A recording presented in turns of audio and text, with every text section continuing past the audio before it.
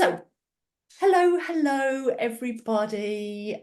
Very nice to see you all here. As you can see, you are here tonight with myself and Kieran, and we're going to be talking about rejection sensitivity. There is a couple of new people, so I'm just going to do ever such a quick A, housekeeping, and B, who we actually are.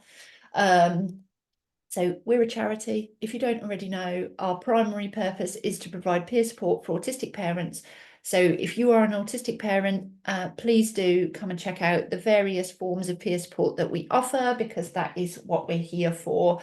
And then we've actually been ever so good this year, haven't we, Kieran? We have actually been doing a Q&A every month, and we do webinars every month. And we've got some other bits and pieces going on as well. So come over to our social media, come over to our website, which is all, like, we're not secret. Everything's just called Autistic Parents UK. So search for us wherever you normally search for things and you'll find us. Let me come out of shares. And then you're welcome to, if there's a couple of people got cameras on, that's absolutely fine. You're welcome to keep cameras on. You are also welcome to turn them off. But please, can you do communication through the chat rather than microphones, because it's quite hard when you're talking and there's background noise going on. So if you can keep your microphones muted, please, that would be helpful. But I'll check into the chat. I did quite well last time, so I'm hoping that I'll do quite well this time and check into the chat about every 15 to 20 minutes. Can you, if you don't remember this, don't worry, but if you actually want to ask a question to Kieran or to myself, if you can put question at the beginning of your comment, that would make my life so much easier, because I have to scan through all the comments, and a lot of the comments are discussing what we're discussing, which is totally cool and I want you to do. But then it's trying to pick the questions out of that, which can be a bit challenging. And so if you write question in big, bold capital letters, that's even better. We would love it. If you don't remember to do that, I will still scan, but it just makes life a little bit easier, and I would be ever so grateful and appreciative if you could. Super. So let's get cracking.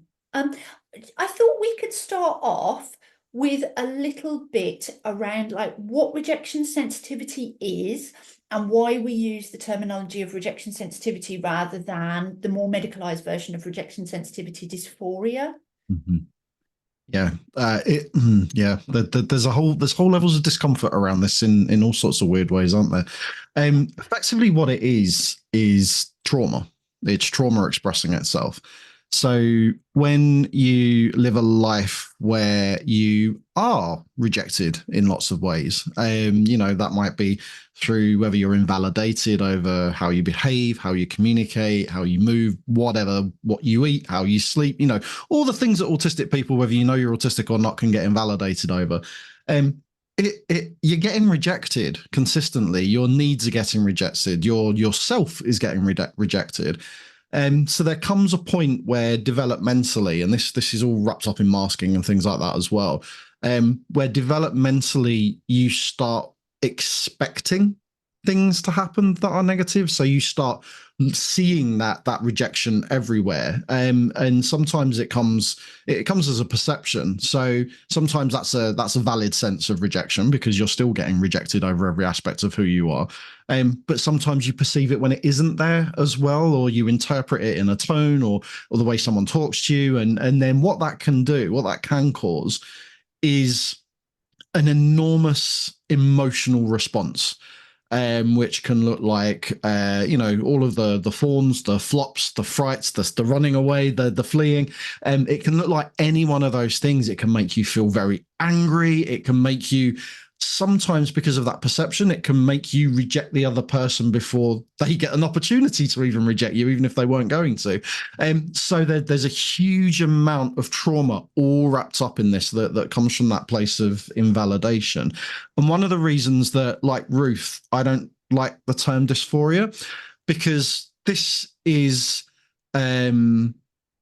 a response to trauma, like I've said. So it's a rational response to negative things that have happened to you throughout your life. So of course you're going to perceive negativity wherever you go. So it's an absolutely rational, even though it feels irrational, it is a rational response for it to have had to, for it to happen.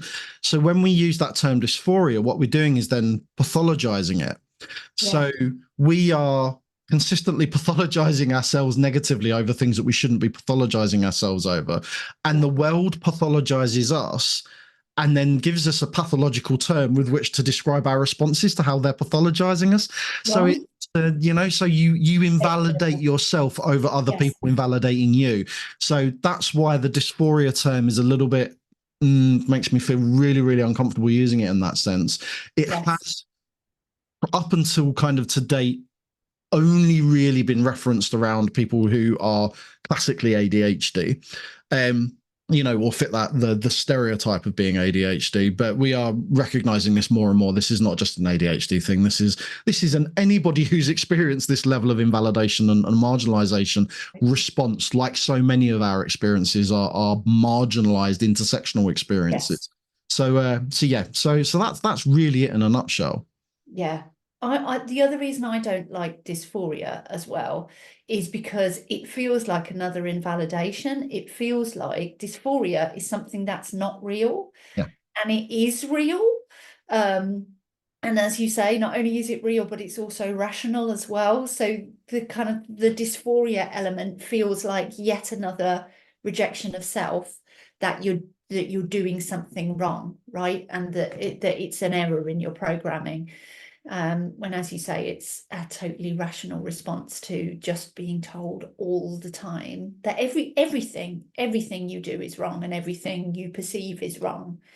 Yeah, it's interesting, isn't it? And I think sometimes there can be that preemptive element as well. And I was just wondering, when you were saying that, I wonder how much that ties in with perceptions around attachment styles, Mhm.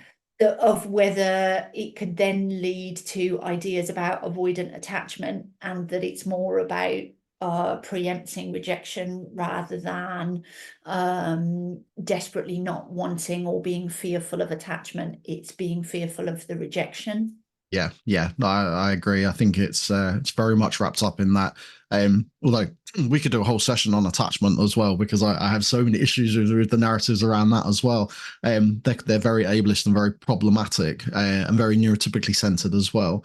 So much of this is effectively around gaslighting. For what I know, that's become a very probably overused term. Yeah. It's become quite a casual term, but effectively, when someone is denying your experience consistently, um, it can make you feel all sorts of things, including making you feel crazy. Yeah. And then when somebody has, when someone is rejection sensitive, and you do have that rational response to that perception that hold on a minute, this isn't right, this is making me feel uncomfortable, it's making me feel emotionally not available or unstable, or it's making me feel rejected, or I know that this is gonna happen because I've seen these patterns before. All of a sudden, then you walk into this place where you then start gaslighting yourself, because Yeah. you are perceiving rejection where rejection doesn't necessarily exist.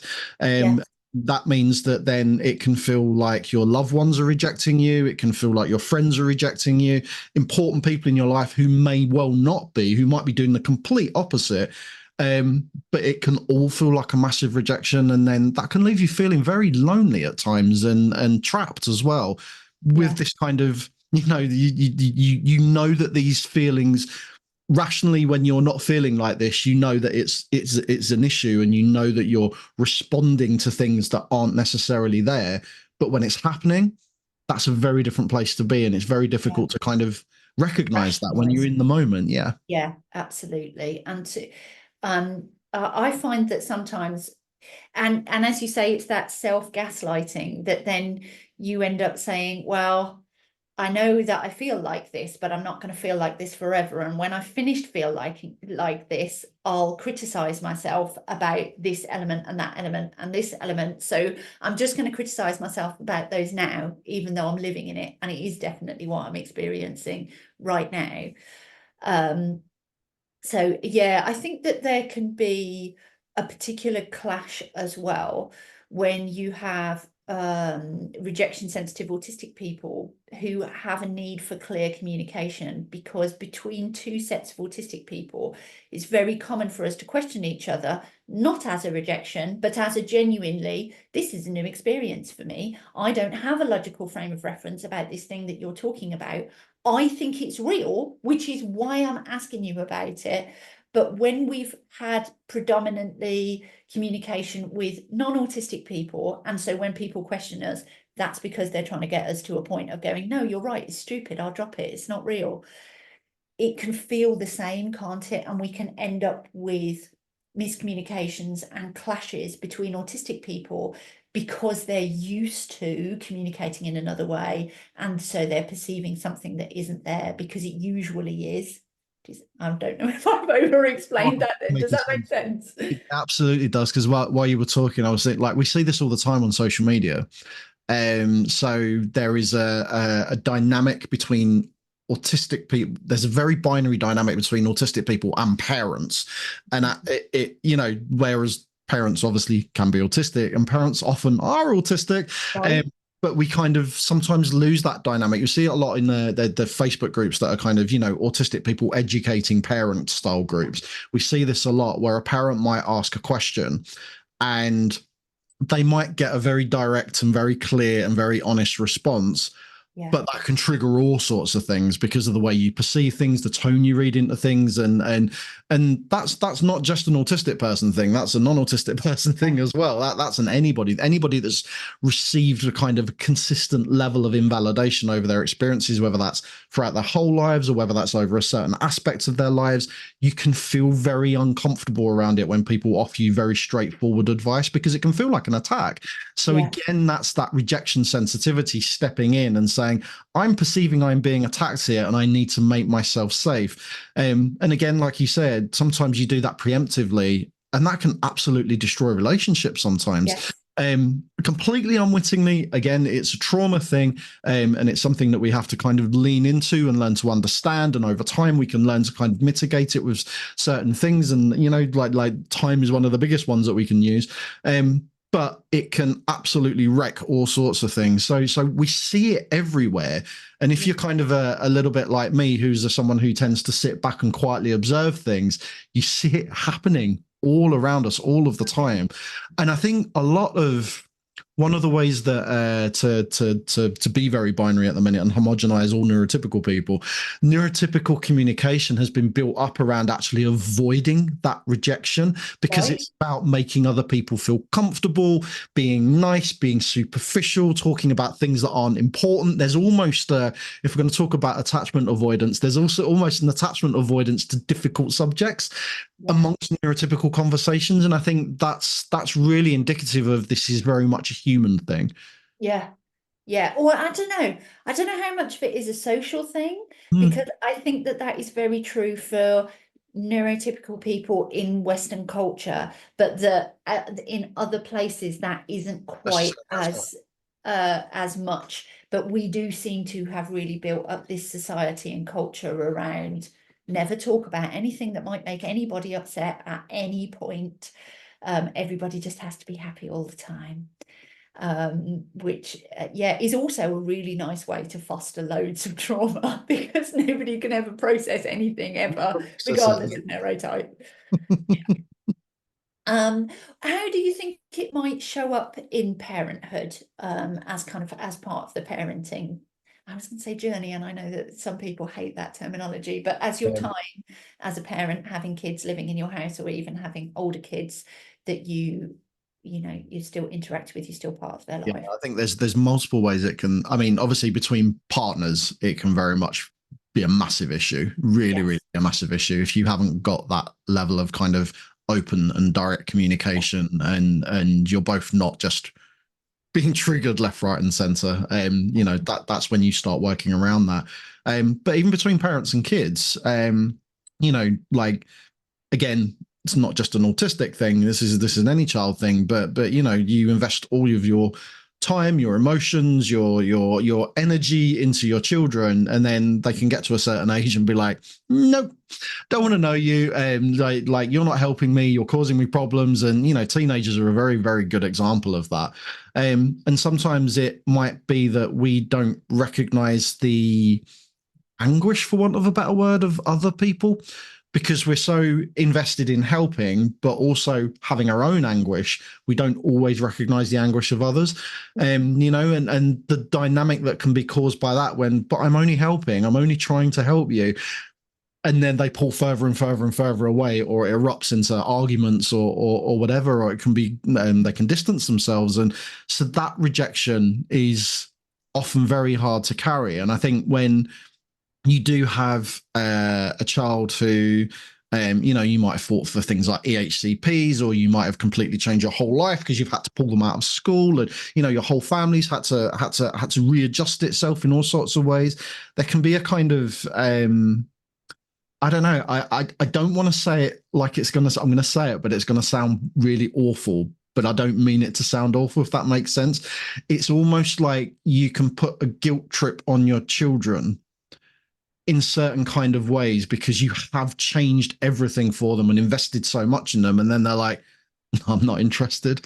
Yeah. There's a kind of like, how dare you? And there is I think that it does sound awful to say it like that, but it is a very real human response to kind of, you've invested all your time in someone who then does push you away, or isn't ready for you, or is perceiving you in a certain way, which causes them problems. And I think everything comes back to double empathy, doesn't it? And kind of trying to sit in that gap as much as possible, and trying to remind ourselves that we have our trauma, the people we're with have their trauma, and we've got to kind of manage a communication style between us, which is going to be at least triggering as possible.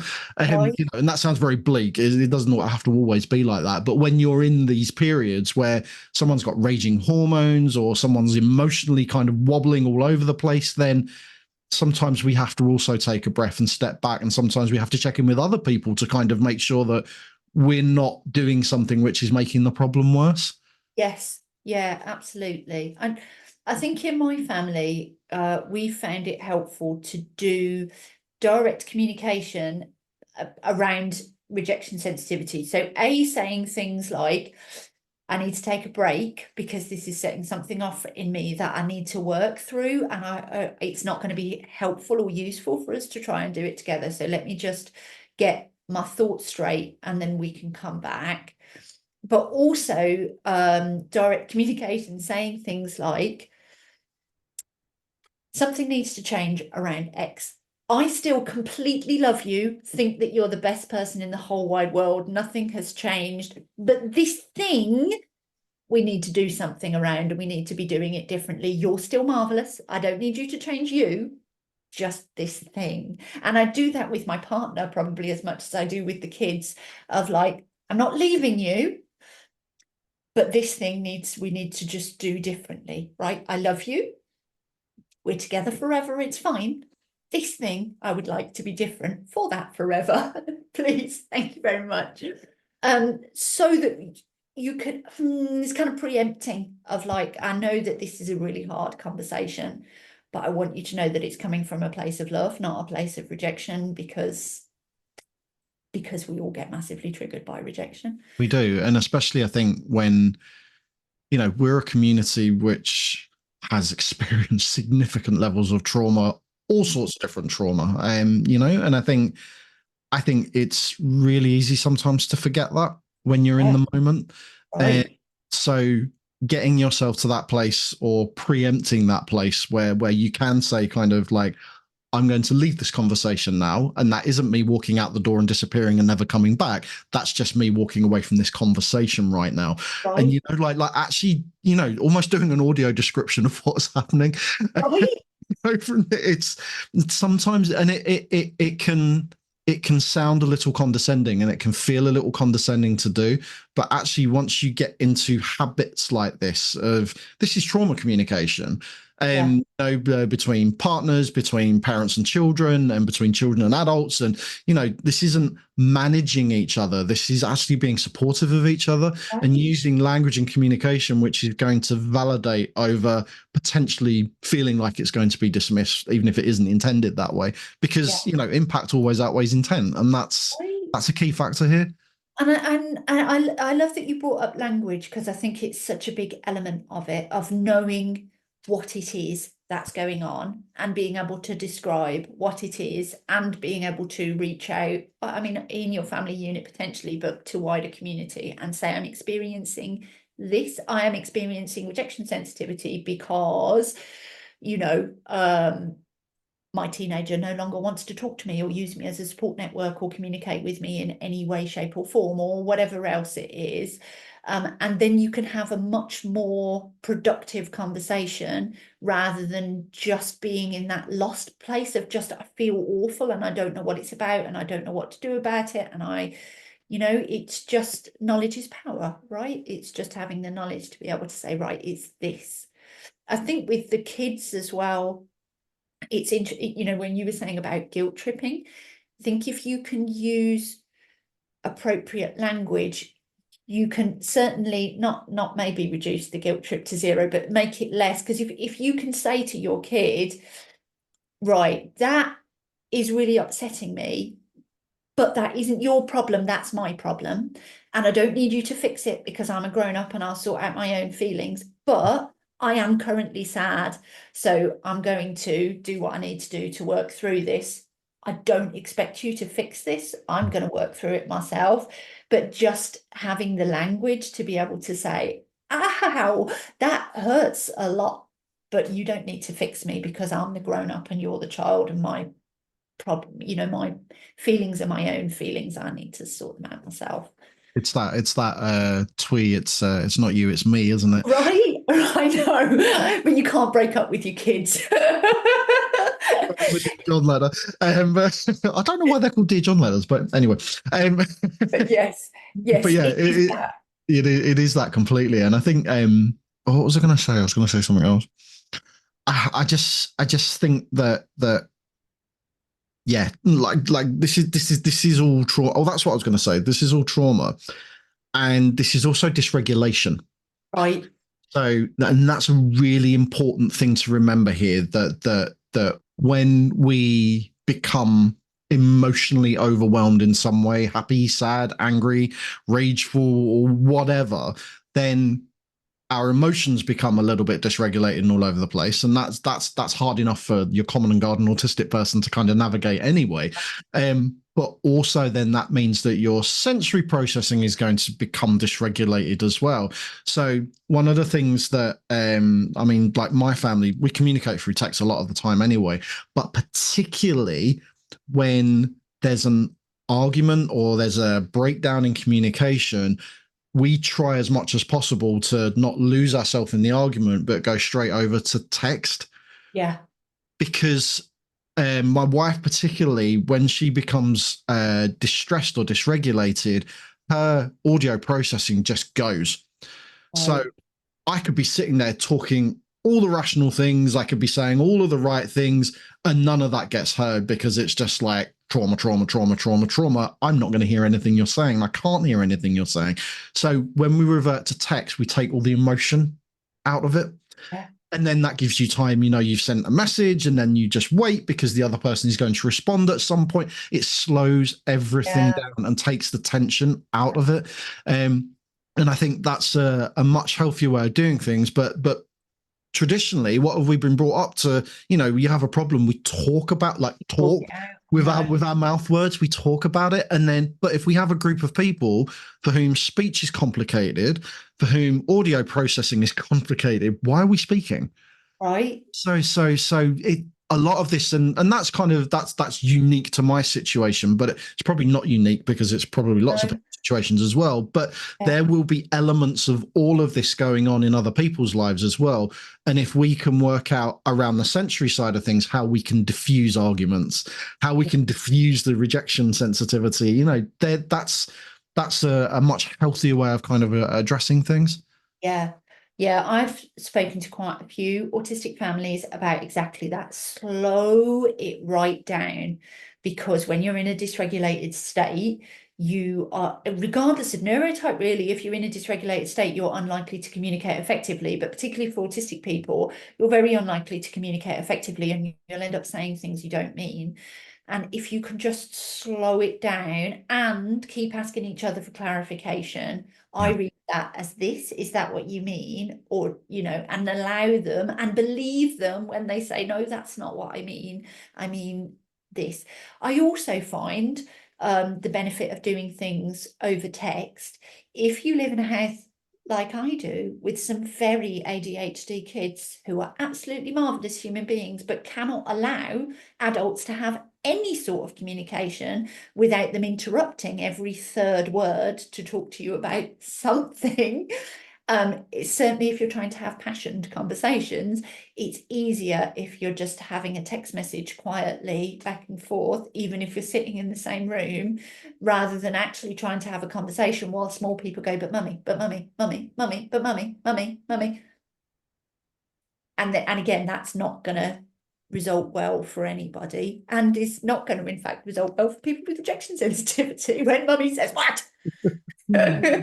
That's how it starts, funnily enough. Not right.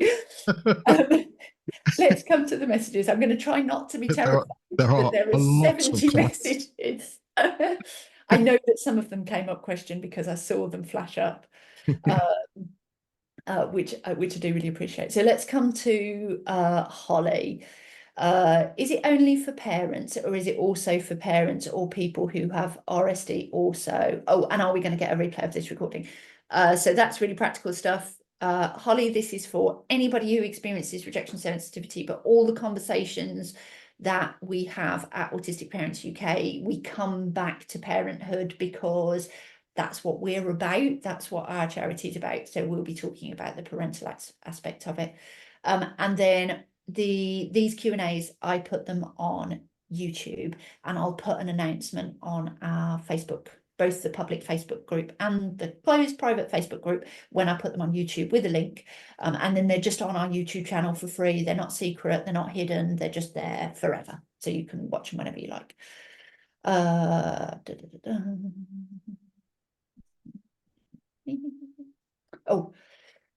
Oh, can rage be a response? God, yeah.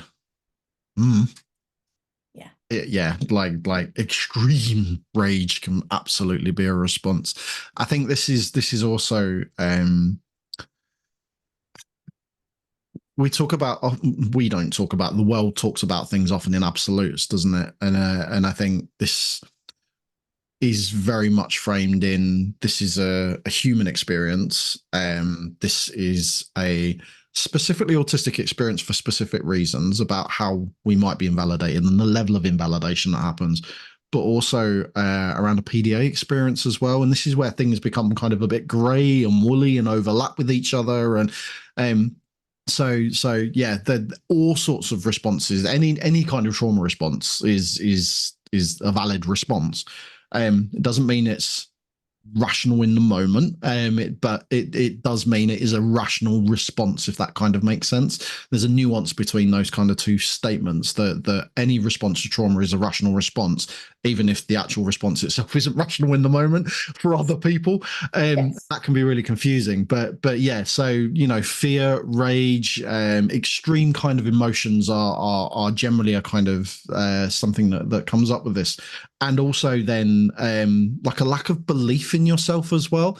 That's a long-term effect of this, that not only can it induce those in the moment extreme things, but consistently when you feel like this, it can make you not believe yourself at all and have very little self-confidence, and it can be wrapped up in all sorts of things like that too. It can make you avoid people and withdraw, and there's all sorts of things going on.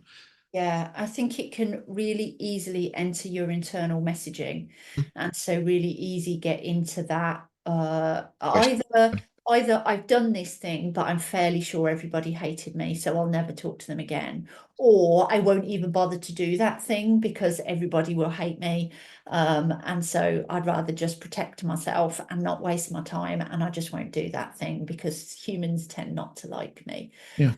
And Is it happens at different extremes as well, doesn't it? Because I think, I don't experience this in a hugely serious life impacting way, but as someone who kind of, has a bit of a presence, or used to have more of a presence, less now, on like social media and things, or if I've written an article or something, I will ignore the 3,000 positive comments and go straight to the negative ones, the criticisms, the attacks, the whatevers, and all the good stuff just, it's like it doesn't exist. I'll go straight to that. And then that brings me to the point where I'm like, no, I'm not doing this again.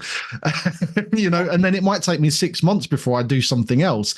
So that's, it's really weird how it works. But when you put yourself in certain positions, or you are put in certain positions, if it happens to you over and over and over and over again, it's more and more likely you're going to kind of experience that. But particularly, I think this is where the time with ADHD comes in as well. When you are ADHD, the likelihood is that if you are not supported and you haven't got the right things in place, then your attention is moving around an awful lot, and you might struggle to focus, you might struggle with those executive functioning kind of things, and you are going to be dysregulated because of those things. And we very rarely talk about sensory dysregulation with ADHD, but it's very much part of that broader autistic experience, that kind of ADHD, autistic, neurodivergent, kind of those parts of neurodivergence kind of experience, and it's very much wrapped up with those. So if you are more likely to be dysregulated, you're probably more likely to experience RSD. yeah, yeah. Bobby has asked a question as well and said, do you think there's a connection between hyperempathy and rejection sensitivity? Interesting. Possibly. Actually, probably. I think, if you are a bit like an emotional sponge and you're feeling what other people are feeling, then that's going to confuse your emotional response, your own emotional responses, firstly. So I think, yeah, and I think if you feel pain when other people feel pain, if you feel sad when other people feel sad, then it's more likely that you're going to be confused about what's yours and what's other people's, and that can then lead you to feel all sorts of different things. But particularly as well, how a lot of autistic people empathize with other people, which is that classic, I'm going to give you a scenario which is very similar to your scenario. And that's, that's how a lot of autistic people kind of connect and empathize with each other. And certainly try to with non-autistic people who don't like that very much, because from their perspective, it makes it feel like you're talking about yourself and centering yourself. Yeah. So if you get rejected when you try to empathize a lot and people tell you that you're selfish and self-centered, again, you're going to get to that point where, yeah, you're going to feel this big star. Yeah. I think autistic people tend to go two ways as well when they're empathizing, because we like to really understand. I call it the logical frame of reference. And so either we give a logical frame of reference, this is something that I experienced, was it like this? And if it's yes, then we tend to be quite solution focused onto, right, so this is what helped me in this thing, and this is why it might help you. And I think that's related to hyperempathy for some of us, that if you hurt, we want the hurt to stop. So we want to give you a solution so that the hurt stops, because it hurts us that you're hurting. So we want to solve it.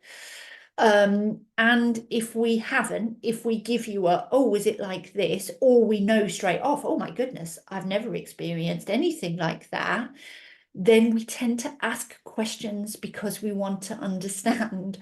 But if people are in a state of grief or sadness or rage or whatever, they might not be in a state where they're comfortable for you to ask lots of questions about exactly what happened afterwards, and exactly how they're feeling right now. But that, I think we do it partly to understand and partly to protect ourselves as well, right? I want to see what was the 6 steps before this awful situation that you're in, so that I can recognize step 1 and never do that because it looks dreadful and I don't ever want to encounter that.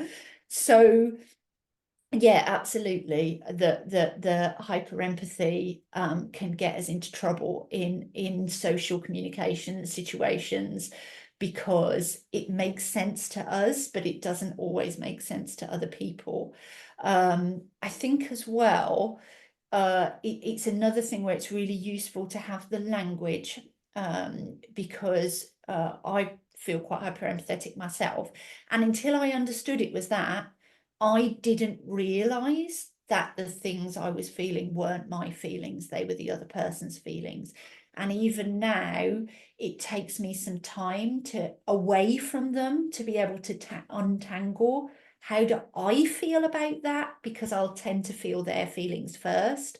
And that's quite hard to it's one of the reasons I like to talk to people online, is because I get it much less. When I'm physically in a space with somebody, Not getting the emotional. I get really overwhelmed, and then I can't work out if it's them or me.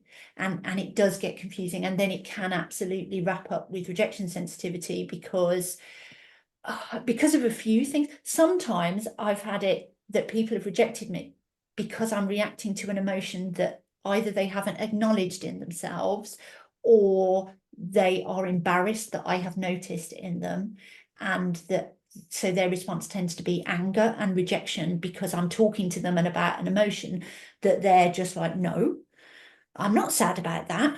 I'm not angry about that. What are you talking about? Which again then leads to also that the gaslighty element, the what's the word I'm looking for? Like the rejection of self, but the rejection of your reality, perception of reality is wrong, because I'm not feeling that emotion and you're wrong. And again, it's only years later that I can go, no, I was right. Actually But feeling that. socially, I probably shouldn't have mentioned it to you. That was quite a long answer, Bobby. I hope that made sense. I think it was an excellent answer. I think there's so much truth in that as well, around the kind of it's like one of those terrible Channel 5 documentaries, a channel we have here in the UK. It was like when Alexa Thymia attacks, you know. And when you've got two people who don't know what they feel, but they're feeling each other's feelings, and like, oh my god, Right?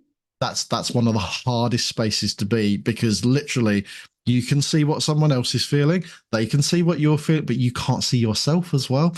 And then that just gets messy, really, Yeah. really kind of messy. But it takes both of you to know that and recognize that. And even in that moment, if you forget all of those things, because this is what trauma does, trauma makes you forget all of the logical, kind of rational kind of things, and then just takes you to that place of emotional extreme.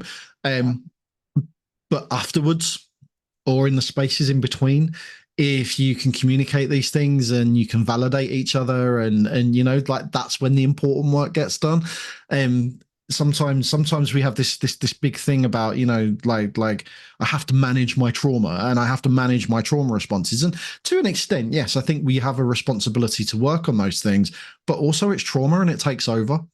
Mm. So we have to be conscious of that fact and lean into it a little bit, and actually recognize that outside of those trauma responses, and have these conversations. Otherwise, there's no point. Yeah, yeah. And that again, between two, so it can absolutely happen between autistic parents and their autistic or otherwise neurodivergent children, but it can also happen in the partnership as well, or two people who had children together and are no longer in a partnership, of uh recognizing that's a trauma response. So it's real. I'm not going to invalidate it and say it doesn't matter. It isn't real. It does matter, and it is real. But we then have to allow the layers to unfurl as to what it was actually around and what we can do to protect ourselves moving forwards. And it's the difference as well, isn't it, between accountability, true accountability, and reparations and moving forwards, and just like guilt shifting stuff. Yeah. Right. And we like most mainstream communication actually really encourages just guilt shifting stuff, right? This is your fault, this is my fault, etc., etc., all of which tends to be deeply unhelpful. Why does it matter? It's much more useful to say, okay, I wasn't intending to set off this trauma response in you, but I can see that that's what I did. But then your response to that was actually quite overwhelming for me. And then move, right, so how do we stop it happening in the future? And how do we make reparations for the harm that's happened in the past? Rather than, it was all my fault, I'm an awful human being, or it was all your fault, you're an awful human being. It's that we're all human. And this is so hard when so much of this also isn't from kind of external influence. There's generational trauma wrapped up in this for many of us as well. I mean, like how many of us have problematic relationships with our parents? And and these are cycles that many of us are trying to kind of break. But that doesn't mean we're not carrying that trauma with us, and it doesn't mean that we're not having to then manage problematic people in our lives who are probably triggering us, and also probably who we are triggering because of their trauma and the way that they've not identified it, recognized it, or made any attempt to work on it. And this is neurodivergent family trauma as well as part of this too. Yes, generations and generations of unrecognized neurodivergence and the unhealthy coping mechanisms and stories that they told themselves to manage day to day was not having appropriate supports and not living a lifestyle that supported their neurotype. Oh yes, 1,000,000%. Yeah. And those can be the hardest ones to recognize, that of what it is that you're so deeply upset and dysregulated by, and what we can do about that, because it tends to be quite kind of big stuff that's very deep, right through all of your life. Yeah, very much. That's the thing with this, that quite often the in the moment response isn't actually responding to the thing that's happened in the moment. It's responding to things that might have happened eons ago, or a cumulative buildup of things that's happened over the course of time. And that's again, that's as you're coming out of these feelings, it's something to remind you that actually that, yes, this was a very small thing that, in the same way it works with meltdowns, it's cumulative kind of dysregulation and distress that builds up. The processes are very, very similar. So we have to forgive ourselves for much of this because so much of it is stuff that is unknown to us. Although it's there, it's within us, it's also unknown to us kind of consciously. So we really have to kind of work with that and remind ourselves of that as we come out of these experiences, because that's what we use to ground ourselves, and not to go into the narrative of kind of, I am an awful person, I'm now just going to beat myself up and blame myself. And sometimes we need the people around us to support us to do that too. Yeah. Question coming from CT. How can others who don't experience or understand how hard rejection sensitivity is become more aware rather than get annoyed or take the doubting personally? You can show them this conversation when it's public. that's a good. It'll be on YouTube, about an hour or so of watching. Hour and a half. This is Kieran and I. Let's be realistic. Yeah, I mean, but there is a truth to that. You can give them information. You can give them things. I would, I've been talking a lot about 60-second what I call 60-second advocacy recently, which is like TikTok and Instagram reels and things like that, where someone says top 5 generalizing things that I'm going to say that everyone else now who looks at this thinks, oh, this is what it means to be autistic. For everybody. But it's not. It's not. So I would avoid the overly simplistic stuff, but maybe not go into like the deep, heavy kind of academic papers and things like that. But conversations like this, you can show people. There are lots of articles that talk about this in nuanced ways, which is what you really need. It doesn't need to be like, there is a narrative, and I think it's a narrative within kind of ADHD advocacy. I've seen quite a lot where it's like, I'm RSD, so that just means that you're just going to have to suffer with my trauma responses. And that's not a healthy way to be either, kind of thing. So you need to look for nuanced information, nuanced writing, nuanced conversations, hopefully like this one is, that you can show people so that they can pick their way through it themselves without having to kind of feel rejected when they're reading it, basically, Yeah. You didn't recognize me in this before. That means that you're an awful human being. Any article that starts off or has a general undertone of that's probably not good. We also need to be aware, and we talk about this a lot, is that if you're an autistic or otherwise neurodivergent person, it is very likely that the person who you entered parenthood with also is some flavour of neurodivergent. Your children are probably some flavour of neurodivergent. Your parents are probably some flavour of neurodivergent. And actually, probably most of your close friends are. We're like wolves, right?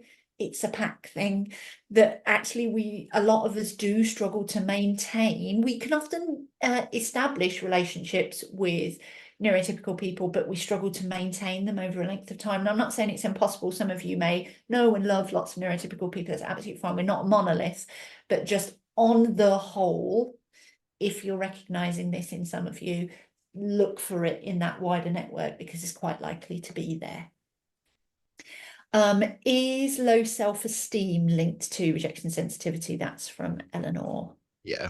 I think we covered this a little bit earlier, didn't we? But absolutely, feeling like this can make you feel awful and make you feel really bad about yourself when you're not feeling it in the moment. You're out of it, and you look back and you think, "Why on earth did I do that?" So that level of kind of gaslighting that we've already talked about, and then those feelings around kind of, I feel like an awful person. I feel like a terrible human being. I'm always the one that causes this. Those messages that we give ourselves. And they're not true. They're absolutely not true, but they can feel very real. And I think something to remember when you are someone who has experienced significant trauma, it can be very hard, firstly, to believe yourself or believe that your brain is telling you something which isn't right. But secondly, it can be very difficult to believe the people around you, even the people who love you and rationally aren't there to hurt you, but also you are feeling hurt by it, even if like rationally or irrationally. So it can be a very, very difficult place to be. So yes, of course, that can have a massive impact on your self-esteem, your confidence.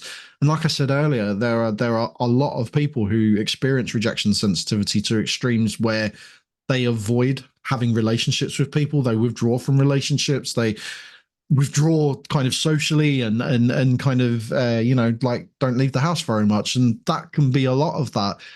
Other things can impact that as well, but this can be a massive part of that too.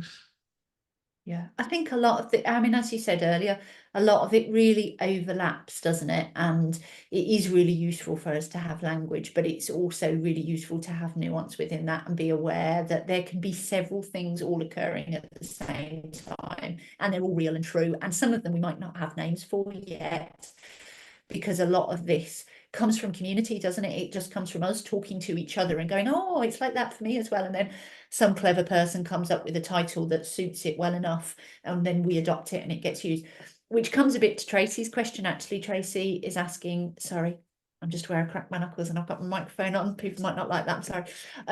Is there any ADHD, I'm a knuckle cracker. Is there any professional understanding, let alone support with this? I find there's so much is put down to depression and anxiety when in reality it's linked to being autistic and needs a different approach. I'm going to say something which is going to sound really sarcastic, and it is a bit sarcastic, but it's also not meant as an attack, Tracy. But what do you think? There is, if we had to put a percentage on the understanding of our experiences in the professional world, I would put it on probably 0.00001%, something like that. So no, there are more academic papers starting to explore this a little bit. There are conversations happening in kind of, again, there's lots of conversations happen within kind of employment spheres, and people who advocate within the kind of the employment world. But unfortunately, there's a lot of neurodiversity wrapped up in that as well. There's a lot of superficial conversations. So it isn't explored well within our own communities. So the likelihood of it being explored to any meaningful kind of level within professional circles is slim to nothing. People will have heard the term, that will be a familiar term to them, but their understanding of it, the likelihood of many professionals understanding that. And obviously you're always going to get the outliers, the odd people who are really good and invest their time in kind of learning. And those professionals do exist. There are some amazing professionals out there, but the majority won't have a clue that this is happening. And then it does get put into anxiety, depression. It's very easy to compartmentalize and box those things. And another thing that we are going to have to deal with in the future as this becomes more well known is, like you said, Ruth, there is an experience there that people talk about, they can't really name until somebody names it. And then that experience becomes a box, which everything is put into, and then broader or kind of more nuanced experiences aren't allowed to become a part of that box. So we're going to have to deal with that in the future. So the more nuance we can bring into this now in its early days, the more we can have a nuanced ongoing conversation about what this feels like and what it looks like and how to best support people as well. Yeah. And I think it tends to be between 10 and 15 years between academic studies and change in practice, particularly within the medical field. And we're only at a point where there is a few people kind of talking about this in some stuff, but probably in excess of 15 years before there's any kind of real change and understanding. And you'll then find that the conversation in the community will have moved on a lot more in that time, and there'll be a greater understanding in the community and probably more terminology and different language being used around it. It's frustrating. We know it's how frustrating how slow these things are and how hard it is to get appropriate supports. I mean, you could certainly, fortunately, it's not an esoteric term. So you can say, either I experience a lot of sensitivity around the perception of rejection, or if you're talking about your child or your partner, they experience, they're very sensitive to being perceived as being rejected themselves. And you could talk around that because that isn't it's a known thing, right. Yeah, that's quite easy to comprehend, is it? Oh yeah, right, okay, so we need to do something about that. I hope that's useful. I worry sometimes that our answers are just like, yeah, it's rubbish. but it's like, seriously, just for a second, just to kind of pin on that, there's a truth to that though, because it is. And we can sit here until we're blue in the face and say, like, professionals should know this and they should know that and they should know the other, but they don't. And that's the important point. That's what we have to hang ourselves on, because this is the experience that we are going to have when we have the privilege of talking about these things. The professionals that we are taught to seek support from don't have the privilege of knowing about these things. So some of them, if we give them that privilege, if we educate them, they will take that and they will use that. Some of that, ironically, will become very rejection sensitive and not want to listen. So it does often feel like we don't have solutions to problems, but that's because we know what the solutions to these problems are, but we don't have the power to enact them. Right. So we can feel rejected by that sometimes, by the lack of impact. But and if we don't have these conversations, and if other people don't have these conversations, nothing changes. That's our power. We keep talking about it, and then by osmosis, eventually it will start soaking in. Gets through, doesn't it? And generational as well. We talk about it a lot, don't we? It comes up in a lot of the things that we talk about, that some of the power is being able to talk to your kids about it and being able to empower the next generation with much better coping mechanisms than we were taught, and much better understanding and language than we were taught, and better communication skills and interpersonal skills, and being able to manage relationships in a way that we've had to learn feet on the ground kind of thing. That we've got children who are coming, and I'm not in any way pretending that we've worked it out and we're perfect and our kids it's all going to be marvelous. It's just we're not messing them up in the same way that we were messed up. They will have conversations about all the things that we did wrong 20 years from now. That's fine. We'll try not to be rejection sensitive about it. I'll just not watch whatever. I was going to say podcasts, and that probably is already old-fashioned, isn't it? Who knows what our kids will be doing? It terrifies me. Try not to engage. 5-second little snippets that get embedded immediately into your brain.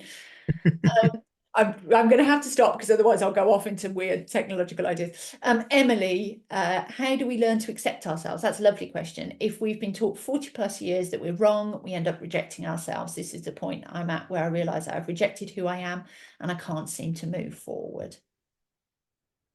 It's a big one. And that comes back to time. It comes back to having community connectedness in, and what I mean by that is having connections with people who have similar experiences to you, who you can relate to and who can validate your experiences. That comes back to learning about yourself, and understand you have new frames of reference to learn about yourself from, and that's going to open up all sorts of different doors of exploration for you. And you will spend the rest of your life trying to figure yourself out in ways in which you never even knew were possible. And you'll never get to the end of that. But what can happen is, if you have a little bit of luck, a little bit of privilege, and do some hard work, is that over time, if you can have that support and that validation around you, if you can have a greater self-understanding, if you can start meeting your own needs a little bit better, if you can start having boundaries with people, that's a very terrifying word for a lot of autistic people, you don't even know how to begin to start enacting those things. But those things are gradual and take time. There's no quick fix to this. This is like, I've got a friend who's a doctor, and she said, like, when you break your leg, you're going to spend years, that bone's going to spend years knitting back together again. You might take your cast off after 3 months, 2, 3, 4, 5, 6, 7 years, that leg is still fixing itself. And this is the same with trauma. This is what we're dealing with. This is this lack of self-understanding and all of the things that come out of that, this, masking and everything. Time is the biggest factor in all of this. So you need to go from a space of not knowing anything about yourself really, or thinking you know lots about yourself and being very unsafe and probably not realizing that you're unsafe, to actually developing over the course of years better self-understanding, better safety, better connection, better needs meeting, and so on and so on. And there's no fast answer to that. It's just, it takes as long as it's going to take. Yeah. And for a lot of us, it starts with finding a community, finding a space where you can share truthfully and receive supportive responses. So being able to say, this is my deep, dark truth that I never tell anybody about, and having people go, oh yeah, it's the same for me, can really help turn the tide and get things, oh wow, okay, I'm not an awful person. I mean, for hopefully you're here, so hopefully you already know about the spaces that we create, but there are other stuff out there as well. I'm in no way want us to be the only people, because it's great, right? The more spaces there are, the better, as far as I'm concerned. But if you want to come to our space, if you're not already, then please do. And you can share anything you're happy to share. And I think the important thing to remember with all of that is that if you are still in a place where you are experiencing a lot of significant invalidation, it might be you have problematic relationships, you might be trapped in professional systems that you can't get out of. With many of us with our children, might be trapped in education systems or EHCP systems or social care or whatever, then your ability to do those things is going to be limited. There'll still be things that you can do, but it's going to be limited. You cannot recover from trauma while you are still being re-traumatized. And, you can't move past that trauma if it's still happening to you. So again, that depends very much on your contextual situation, the privilege that you have to move around freely and explore those things. It's very unique to you, but it is going to take lots and lots of time, unfortunately. Again, this would be a lovely thing if we just went, right, you just need this pill. Yeah. And that's kind of where some of the woo-woo comes in, doesn't it? And try just snake oil and steals people's money. All Well, you they've need, tried that with all depression, these haven't they? things, and you'll be fine. They've tried that But with depression. Just take that pill and then everything will be okay. And it's not, is it? It doesn't work like that. no, I think, oh no, it's probably not the best space.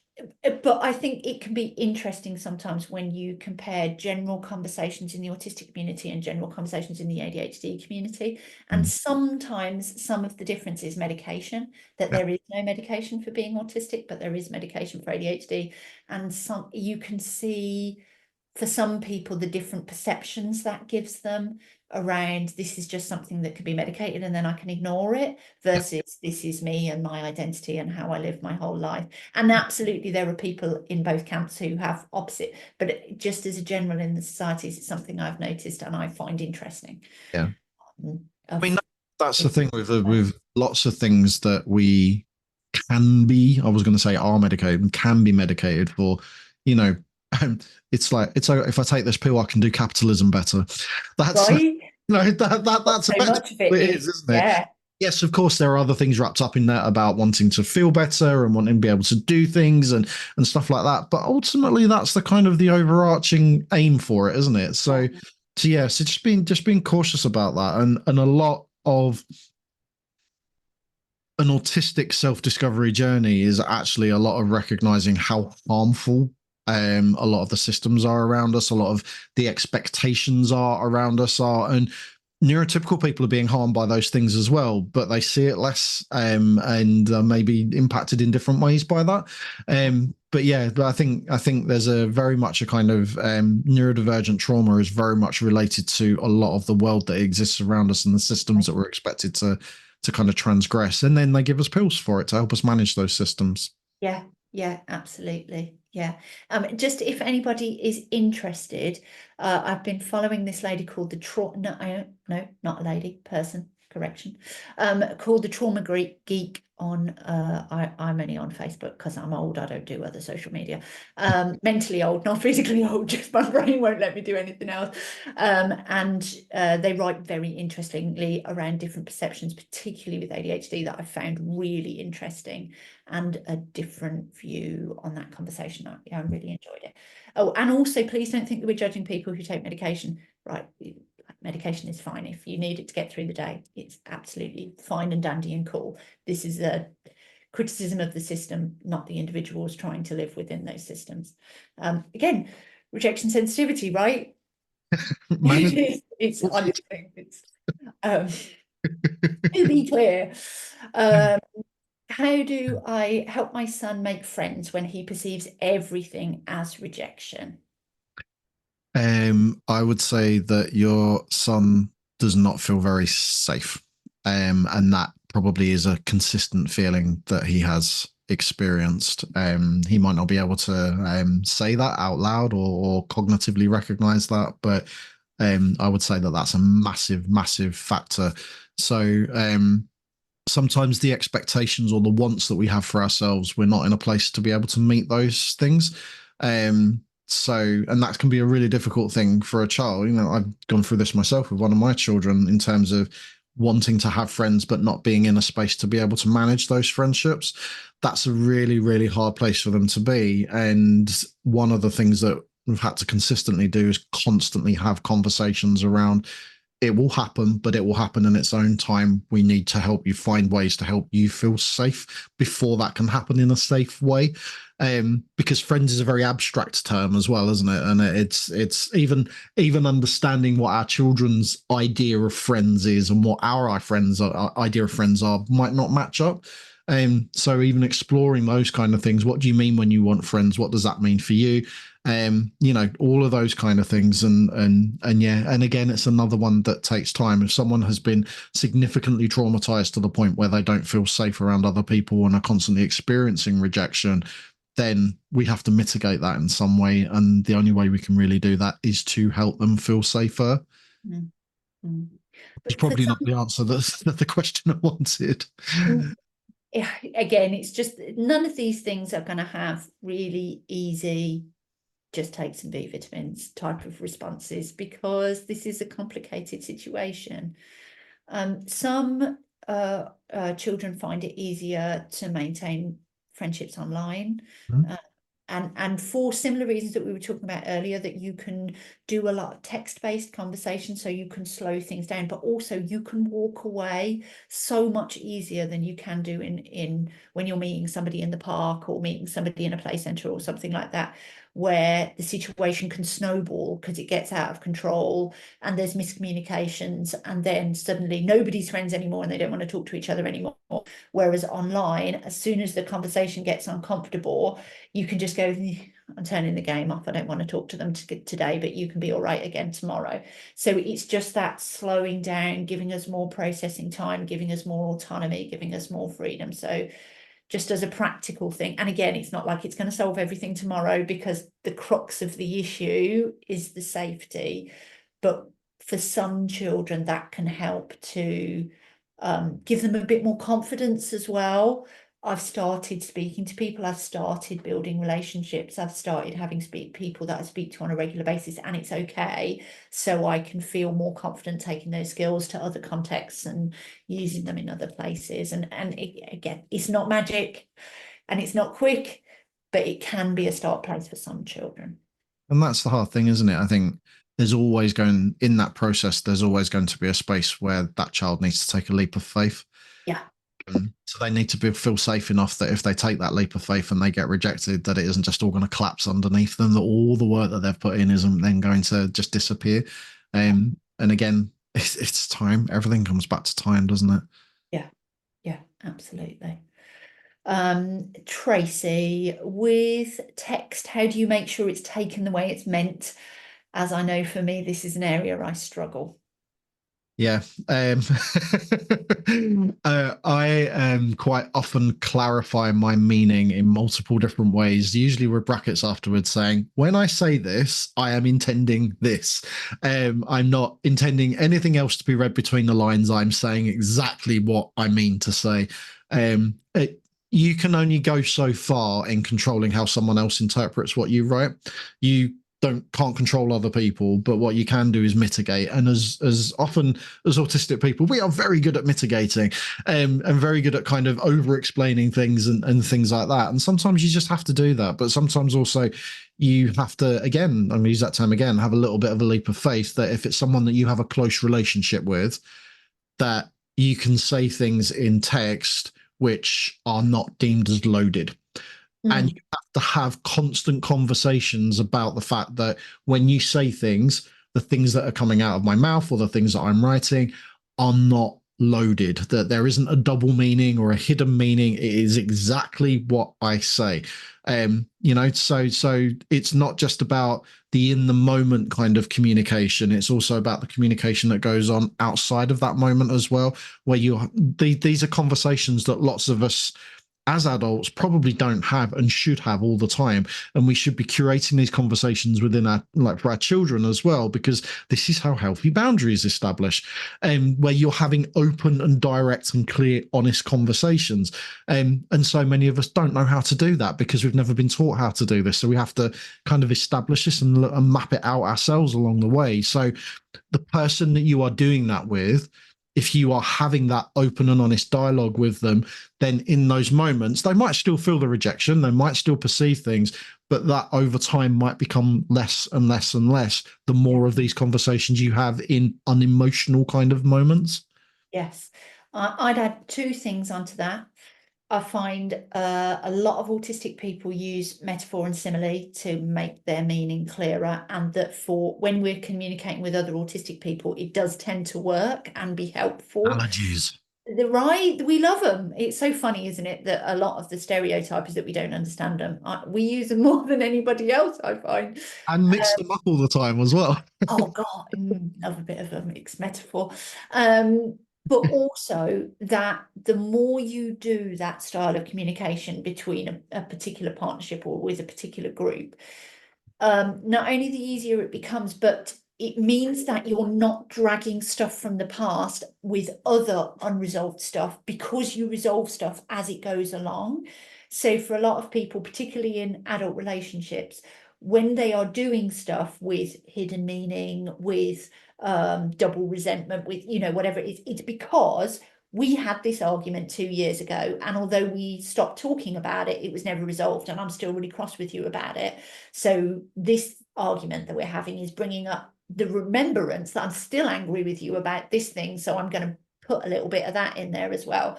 Whereas if you are just having, right, actually, do you know we had that argument 6 months ago? I don't want to argue with you, but I am feeling X, because of ABC. Maybe moving forwards we could do Y. How does that sound to you? You're resolving things as they come up, and it makes it much easier that the next time you have an issue, it is just that, right? It's just that this issue is just this issue because we've resolved the past issues.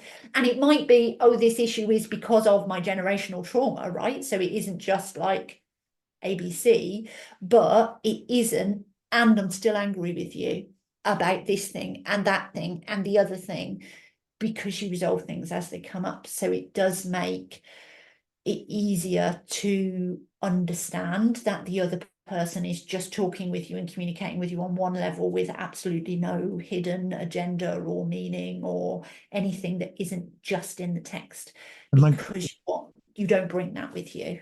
that's a really, I laughed when you started talking about that. You didn't go in the direction I thought you were going to go. You went in a very good direction, but it wasn't where I thought you were going to go. Which is why I laughed at the beginning when you started that, because I am one of those autistic people that remembers every single conversation I've ever had ever, and then can bring up those conversations, especially when you're having maybe a heated discussion with somebody who has forgotten every single conversation that you've ever had, and then they've got someone standing in front of them who can line by line speak out all the hypocrisies that has happened in your life. So that's a me issue, that sometimes my trauma takes me to that place of, but on the 17th of December in 2005, you said X, Y, and Z. And that's a hard place for kind of my wife to be when I can remember everything. But it's also a difficult place for me to be because she doesn't remember anything cognitively. So she doesn't remember like different discussions or conversations like that, but she remembers them emotionally, which are connected to where you went with it, Ruth, in terms of, so I can kind of map out things that have become heated discussions and why they've become heated discussions and where we've been with them before. And she feels that but doesn't remember it, and that puts her in a really difficult place. So I have to be super mindful of not doing that. Yeah. Because then that's just well, you're just throwing all this stuff that I've said at me and I don't remember it, so that feels like you're gaslighting me, and then I feel gaslighted because I'm remembering everything explicitly, and yeah, so it just escalates and escalates and escalates. So again, it's kind of, this is the importance of, it takes two or more people to communicate, and not everything is your fault. Yeah. It can't possibly be your fault because it takes two people to communicate. So if there is a breakdown, it's on in the hands of both people who are part of that communication. So you both have to be mindful of where you're going and what you're doing. And again, having those conversations outside of those moments, and having that open and honest dialogue is just so important. Yeah. Yeah. Yeah. And having the kind of relationship where you can say, hey, I know that we did this 3 months ago, but I'm upset about it today. And I've thought of a solution. Would this work, kind of thing, without it then being triggering and leading to explosions, to actually be like, oh, that's really interesting. Yeah, maybe we could try that. Okay. Yeah, let's see if that works next time. Yeah. It's all, but all of it is so useful to know each other that well. And sometimes the resolution is actually just boundaries rather than a solution as such, because boundaries are only about us. We quite often talk about boundaries in the context of controlling other people's behavior, and that isn't boundaries, that's controlling. Boundaries are just about us. So sometimes it is, this thing that you need to do is not something I can deal with, but you need to do it. So actually my boundary is just, I'm going to remove myself every time you do it. And I'm not going to correct you, and we don't need to talk about it because we know what it is. But I am never going to be physically present when you do it, because it isn't something that I can cope with. And sometimes the solutions can look very atypical and not what you would expect, but you can have a very healthy relationship just by being very clear in your boundaries. Maybe that should be something we talk about. Maybe we could do another one of these about boundaries. That might be interesting. I have had an anonymous question come through, which is worded interestingly. You're going to like this, Kieran. How do you stop emotions from lasting so much longer than they should? Interesting. Should. Interesting. I'd love to know what's meant by that. I'm presuming it's someone feeling maybe anger over a course of hours, days, or upset over the course of hours, days. I wouldn't put a limit on how you feel. because how you feel is how you feel. There has been in the last update of the DSM, the diagnostic manual that we are all identified by, rightly or wrongly, and lots of other things are identified by as well. They brought in a new one, which I remember you and I talking about a while ago, Ruth, which was basically grief disorder, where you grieve for too long. So I think that's incredibly problematic. And I think that's a lack of understanding of human beings, first of all. And I think that's a lot of pressure to put on somebody. And I would say it clearly means that they're not maybe being supported in the right way. So we shouldn't be disordering people over that. Gone off on a little segue, but bringing it back to, so that word should, I would take a little bit of issue with, not in a way that you should feel rejected over, but that's maybe an external expectation that has been placed on you that you've inherited onto you and put on yourself. How you feel is how you feel, and you should be validated by that. And that's really important. Secondly, if you are experiencing emotions which are, if you are upset over an extended period, or you're angry over an extended period, or whatever, it's interesting. We never talk about joy and happiness happening over an extended period, do we? But we should. If you are feeling those things, I would look at that in the same context that I look at autistic burnout in. So the context that I look at autistic burnout with is that it is an enormous number of red flags about changes that need to be made in your life. So if you feel that you are getting into states which are lasting for a very long time, they're big and they're huge, I would say that there maybe needs to be some reflection on what is all feeding into this.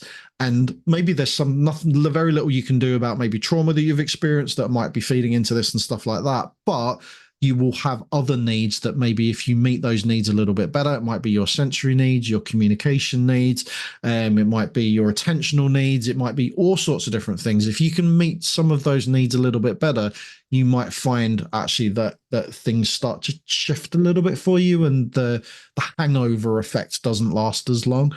And the other thing is really what we've been talking about for probably about the last 20 minutes or so is dialogue and communication, and that having people around you who are able to validate you and ground you, who you can have those conversations with outside of those intense periods.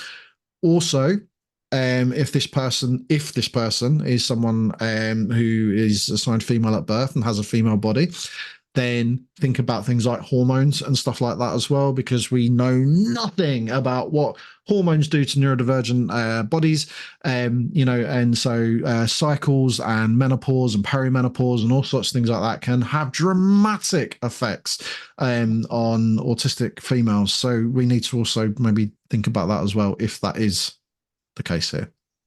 Yeah. Yeah. And just building on that, I would say, interestingly, if you are struggling with your emotional state, actually one of the big things you can do is self-validation, rather than trying to fight it and say, well, I shouldn't be sad or angry or any other emotion that you perceive as negative. Actually accepting it and working out where it comes from, and then how you could possibly process that and or move forwards. But the more and this is just my personal experience, but the more you say, well, I shouldn't feel like this, I'm not going to kind of think about it or devote energy to it, because I shouldn't be, because it's silly, because it's nonsense, because it was only a tiny thing, because I shouldn't be upset by it, because nobody else would be upset by it, because the other person involved in the situation tells me that I shouldn't be upset by it. Actually, it will last longer, because the reason that it's going and going and going is because your brain is saying you need to do something about this. This was real. We need to understand it. I think that's a big thing, particularly for autistic people, is that we can't process until we understand. And so if something is, and I hate to use it because it makes me feel like Mr. Spock, but if something comes up in our brains as illogical, it is very hard to move past, because we just don't how do I file this, because I have to file it in the, oh my god, humans are crazy box, and that doesn't feel right. So it's keep exploring it, untangling it, talking to other people about it when you feel safe to do so, so you can get some context so that it makes sense to you, even if the box you have to put it in is, I think that the other person that put me in this circumstance was very traumatized and behaved in a way that was not okay and was not fair and was not logical and was not just. To be able to put it in that box is better than no box, because it just doesn't make sense. This is why I think so many of us struggle with accessing kind of validating support around this. I've noticed Jade Farrington's here, so I'm sure Jade will agree with this in terms of, we seek mental health support. And then often that mental health support actually centers the problems within us and validates this self-victimizing cycle that we've been put in.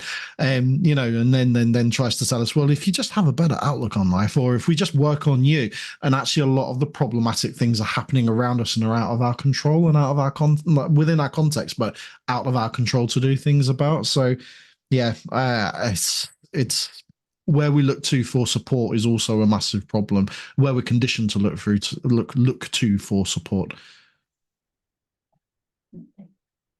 Dana asks, I suspect the link between addictions and self-harming behavior is also very much connected to rejection sensitivity and trauma. Yeah. There's lots of narratives within there around kind of obviously people who are experiencing negativity across different domains of their lives and not even necessarily understanding the negativity. So it might be sensory negativity, it might be communication negativity, it might be other people's behaviors towards you. And, some of that is stuff you can rationalize and call like things like bullying or abuse or whatever, but some of it happens to you, but you don't know it's happening, or you can't pinpoint what it is that's kind of happening. I say this all the time with children.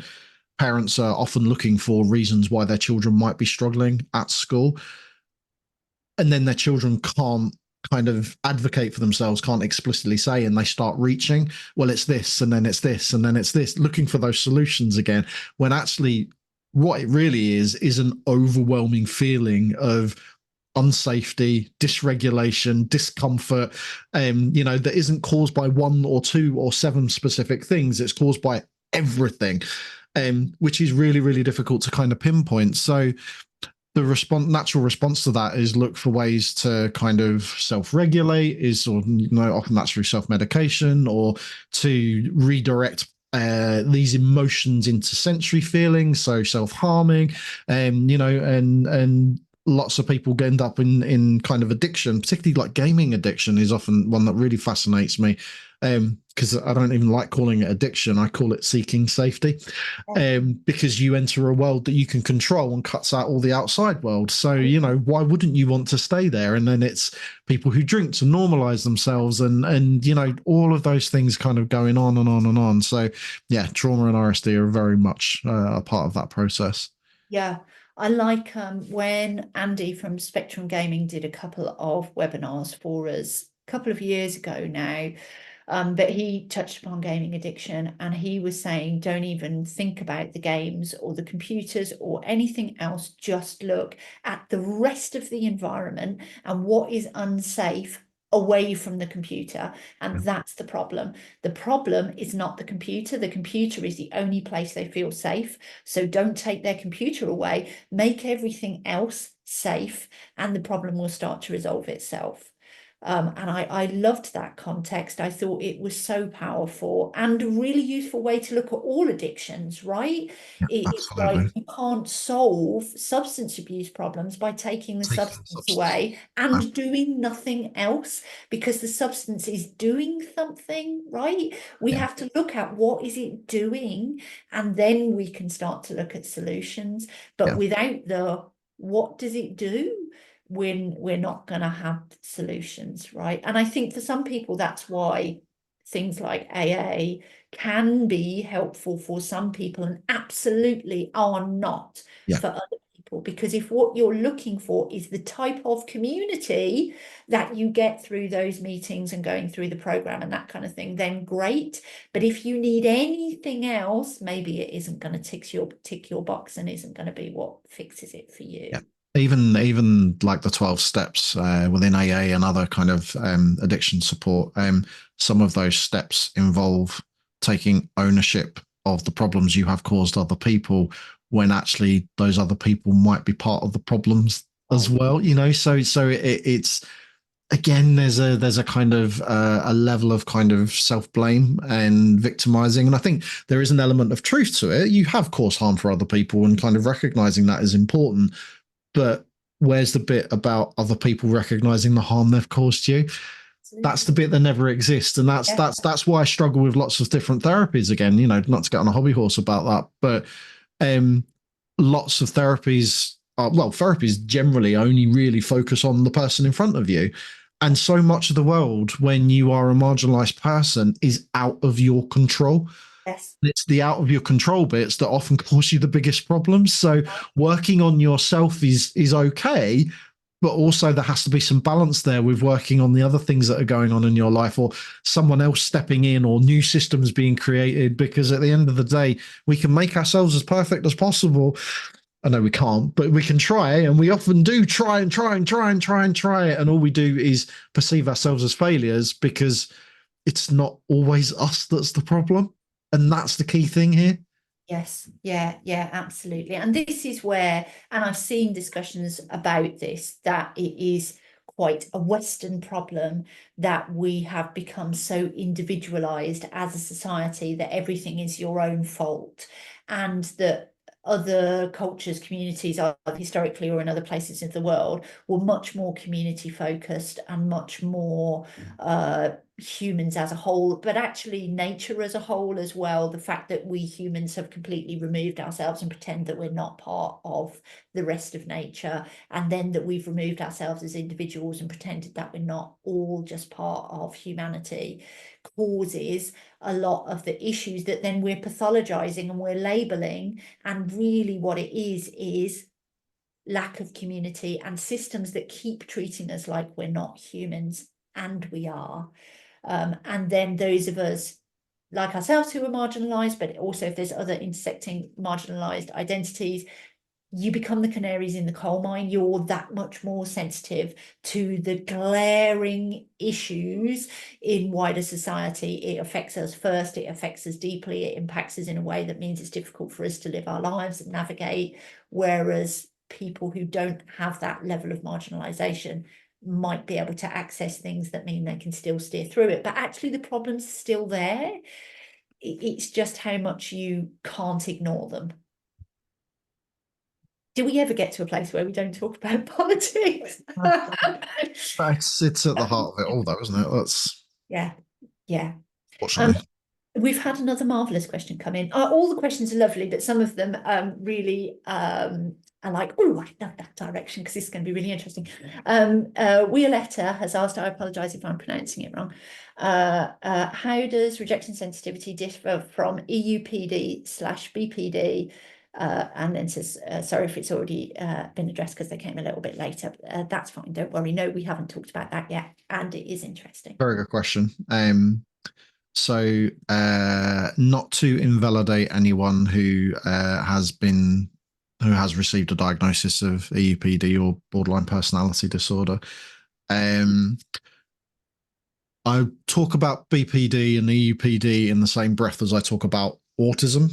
Autism is a construct. EUPD and BPD, sorry, it's too many initials, The are also, letters. they're also a construct, and we have to look very carefully about how those constructs have developed, where they've come from, and what the impacts of those constructs are. So autism is what's written in the diagnostic manuals and has been researched and described for years. It is a very stigmatized term, and it is a very problematic term, and it doesn't describe autistic people. Being autistic and autism are not the same thing whatsoever. One is an experience, one is something in a book that's been written about by people who don't experience it. The same with BPD and EUPD.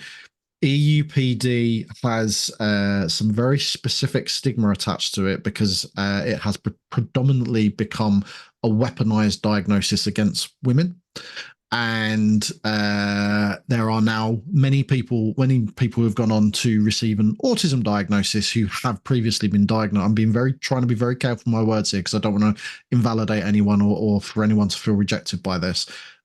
Many people go on, particularly people who are assigned female at birth, go on what I call a gauntlet of mental health diagnoses before they get the magical autism diagnosis at the end of it. ADHD has become part of that gauntlet now as well. That it's become a little bit more safer as a diagnosis, I think is fair to say.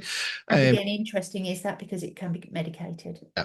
So if you are someone who is autistic, who experiences ADHD, who for whom have received a lot of invalidation and rejection in your life, emotional dysregulation is going to be part of your narrative.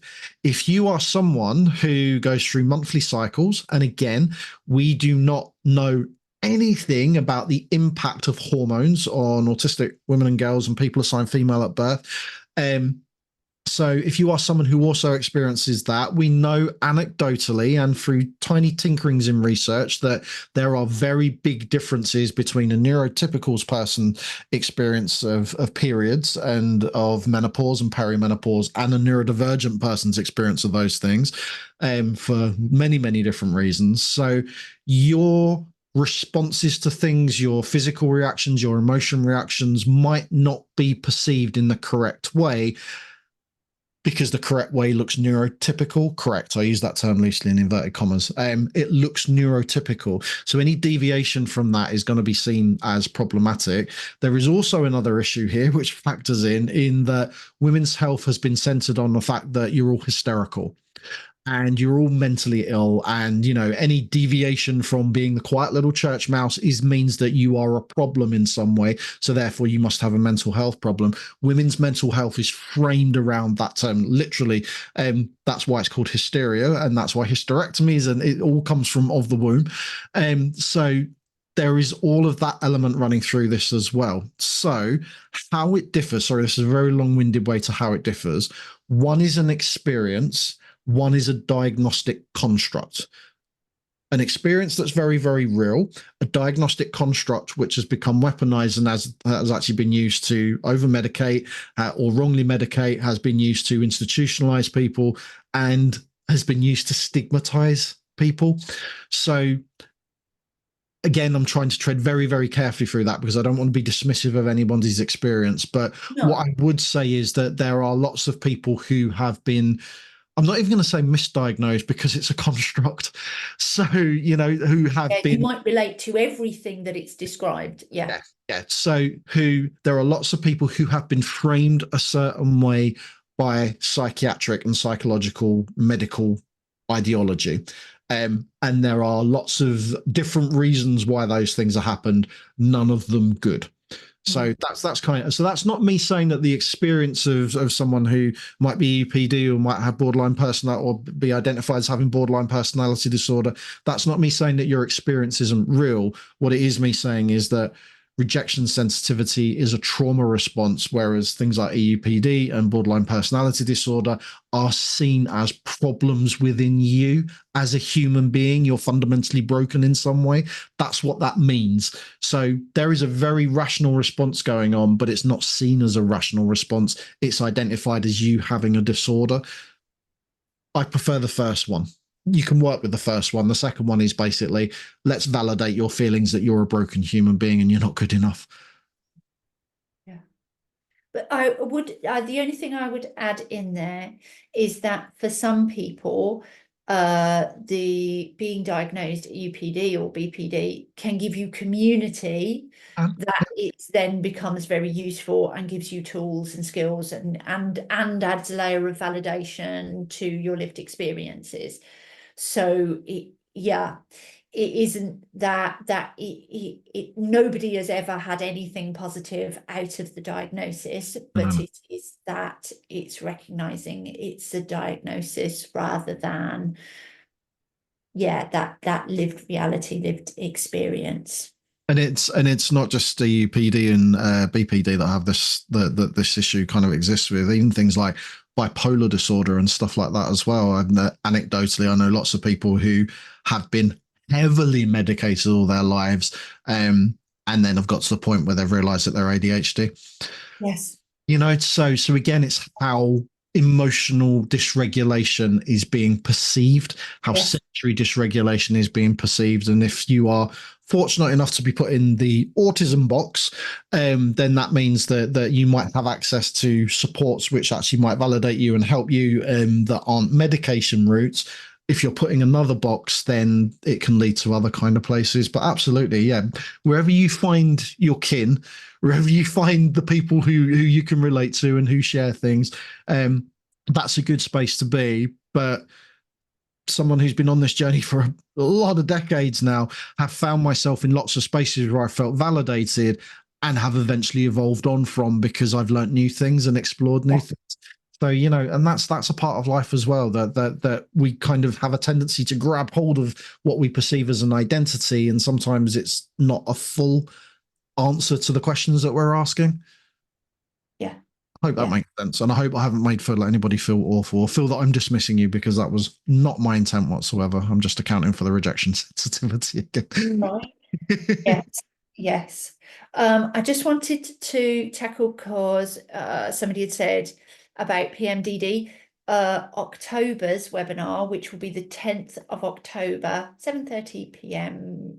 British Summer Time, because I think the person who's asked me has said that they're not in the UK. Oh no, will we have gone back then? Will it not be British Summer Time? Will it be Greenwich Mean Time again? Exchange. What was the date? October the 10th. I don't think it's changed by then. I think it changes in While you're November. talking, I'm going to Google that just to make Have a sure. Google. But our October webinar is Carly Steele, and she's going to be talking about autism and menstruation. So she's going to be talking about the evidence around it, lived experiences of it. She's going to be talking about self-harm. She's going to be talking about PMDD. So we'll have a whole webinar about it, and we're going to be talking all around that topic. And although it isn't quite like this, that Carly will present for about 40-45 minutes of just her information, a bit of a download. There will be time for questions at the end, so please do feel, if you're available to do the live, you can have that extra bit that you can ask questions at the end, that then I'll pay. It will be me, so I'll pose them to Carly, and then Carly can answer from her informed place. And it is British summertime. Oh, thank you. Thank you. Yes. The webinars, we advertise them on our social media. And if you go on to Eventbrite, and again, we're not anything secret or weird on Eventbrite, we're literally just Autistic Parents UK. You can follow us on Eventbrite, and then every time we do a Q&A or we do a webinar, it gets you'll get a notification on the Eventbrite that we've put a new event on, and then you can get a ticket if you want to get a ticket. And the webinars as well, if you can't attend them live, we send you the recording, so you'll get the recording automatically to your email inbox. So hopefully that's helpful. I'll just do Jade's comment and then I'll finish this up. Jade had just said, apologies, I had my hand full when you mentioned me, Kieran, and I now can't remember exactly what you said, because I disappointingly don't share the perfect conversation memory attribute that you have. Yes, I think you were talking about how therapies traditionally treat us as the problem, in which case, yes, they agree. Yes, marvelous. Thank you, Jade. Yeah, fantastic. So we actually managed to do all the questions. I think we certainly did all the questions that were marked as questions, and I did scan through the rest, and none of it, the rest of it seemed to be posed as questions. So I think that we've done all right. Given that, as I say, I looked on the chat and there were 70, and at one point when we were talking, there were 83 messages, which I was totally calm about and did not make me panic at all. I've had a through as well, and I think we've caught everything. I think we've caught them all. Thank you ever so much for everybody who came along live. Thank you for your questions, because as you can say, it powers the conversation through, and we can make sure that we're talking about things that are relevant and useful to you as well. So thank you ever so much for everybody's contributions. Kieran and I are back in September, and I should know the date off the top of my head. I keep checking and then forgetting. See, I haven't got a perfect memory. Yeah, see, to be fair, we put it in writing. We haven't currently solidified on a topic. I have been asked to do something about school, but I know we've done school before, so I would like to do maybe a different slant about education. If anybody wants to really quickly put things in the chat that they'd like us to talk about in September. Day the 26th. Thank you. September the 26th. So we will be back, and that would be 6:30, because that's what we always do. And then we have got our September webinar on the 15th, which is Sophia from SEMA, who's going to be talking to us about the intersectional impact of being a Black or brown autistic person navigating the social care system in the UK. So again, if that's something relevant to you, if that's something interesting to you, then please come along to that. That one is on our social media and on our Eventbrite. Kieran's Q&A, Kieran's next Q&A will go on our social media and Eventbrite next week. I always make sure that we just do one at a time, just so I don't get overwhelmed and you guys don't get overwhelmed, so that I just do one thing at once. Oh, siblings, CT, that's interesting. We can definitely do something around That our siblings or the siblings of our children?